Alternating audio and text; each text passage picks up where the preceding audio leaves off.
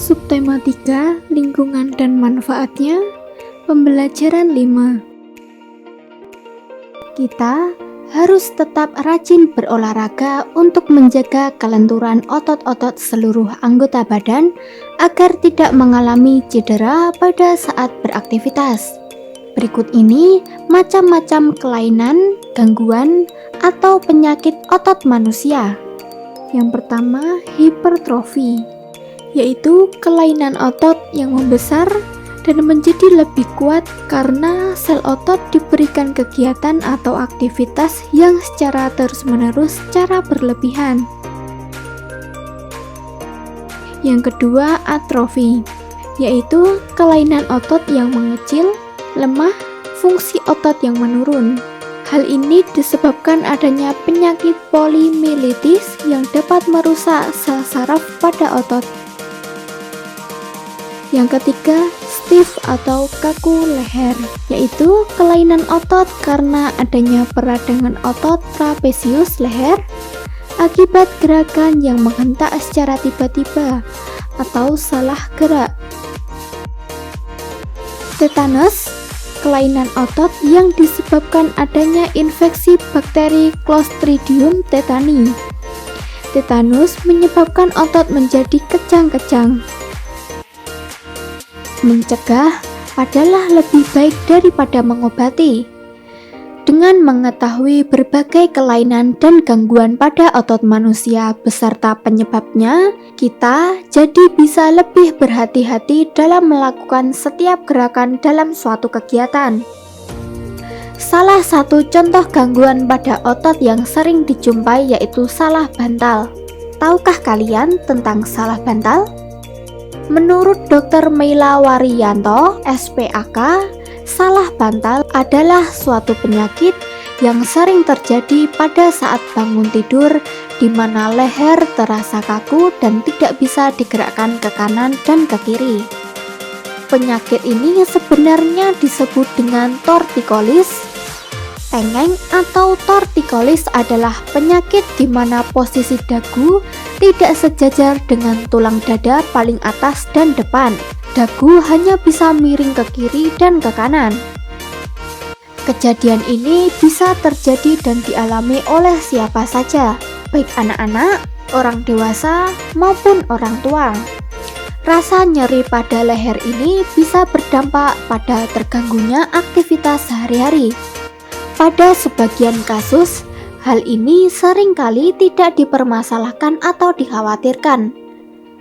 Akan tetapi, tidak sedikit pula orang yang menjadikan kondisi ini sebagai suatu keadaan yang sangat mengganggu. Penyebab tortikolis adalah salah posisi tidur, bantal yang terlalu tinggi, bantal yang kaku, sehingga pundak menjadi pegal dan kaku, leher terkilir, tengkuk dan leher terpapar angin dan dingin. Selain itu, juga disebabkan oleh cedera atau terkilir pada otot leher dan tulang rawan, sendi, dan reumatis otot leher. Nyeri leher juga bisa muncul karena aktivitas terus-menerus yang dilakukan dalam waktu yang lama, salah posisi duduk, dan terjadi kecemasan atau stres. Oleh karena itu, kita harus saling memperhatikan aktivitas yang kita lakukan sehari-hari. Kita juga harus berhati-hati dalam melakukan gerakan yang memanfaatkan kerja otot dan tulang. Semua orang bisa mengalami nyeri. Hal ini disebabkan karena postur tubuh manusia yang berjalan tegak lurus.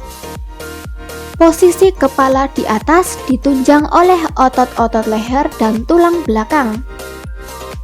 Jika otot-otot penyangga kepala tidak kuat dan tidak berada dalam posisi yang baik, maka bagian atas dari tulang belakang akan mudah tertarik dan menimbulkan nyeri.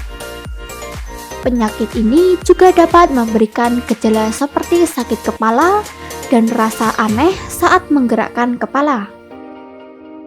Apabila sudah terkena salah bantal, sebaiknya segera diobati dengan cara dipijat.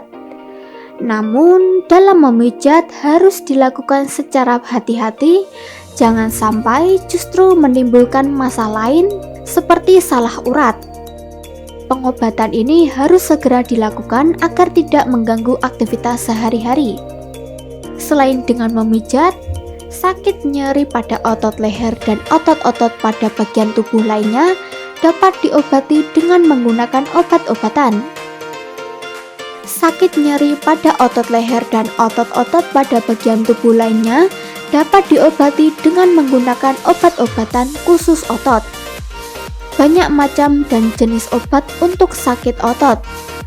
Ada obat alami, ada pula obat kimia. Kita pun juga dapat melakukan perawatan sendiri di rumah. Misalnya dengan mengompres, menempelkan koyo hangat, dan mandi air hangat. Bagaimana cara terhindar dari penyakit salah bantal? Caranya sebagai berikut. Yang pertama, posisi tidur harus nyaman. Yang kedua, jangan menggunakan bantal yang terlalu tinggi dan keras. Yang ketiga, jangan tidur dengan memakai kipas angin yang langsung menghadap tubuh. Jadi, kita harus memberi jarak antara tubuh dan kipas angin. Yang keempat, pada saat tidur sebaiknya tidak satu posisi saja. Kalian bisa mengambil posisi miring atau terlentang. Yang kelima, tidur jangan di atas kasur yang sangat keras. Kita telah mengetahui beberapa aktivitas dan gerakan yang salah dapat mengakibatkan gangguan pada otot manusia. Selanjutnya, kita lanjutkan tentang komik. Agar dapat membuat komik dengan baik, selain kita harus mengetahui arti komik, seperti yang sudah kita pelajari sebelumnya, kita juga harus tahu ciri-ciri komik yang baik. Berikut ciri-ciri komik. Ciri-ciri komik yang pertama adalah hadir untuk menyampaikan cerita.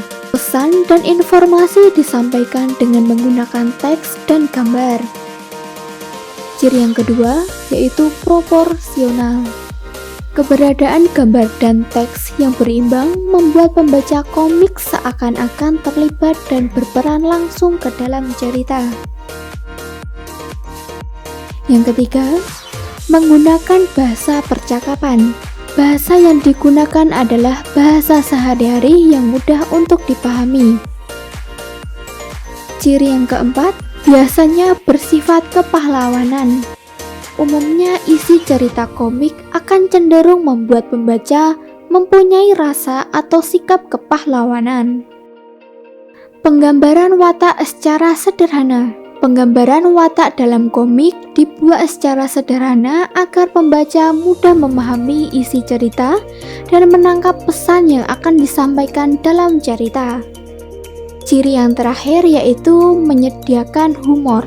Kata komik berasal dari komik yang berarti jenaka. Humor dalam komik disajikan secara lugas, sehingga akan mudah dipahami pembaca dan biasanya humor yang disajikan sering terjadi dan ada di masyarakat.